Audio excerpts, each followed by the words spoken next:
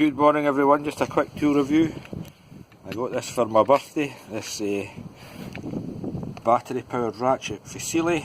I'm sure it's just a rebadged one from Draper as well. So you see it's got a battery indicator at the top there and a little LED at the bottom for the light up the area. Now it's not that powerful, it's not for tracking nuts off, it's just for turning them, but it works quite well.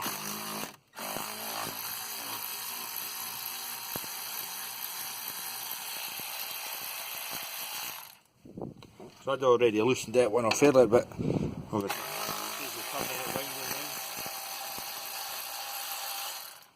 so there you go.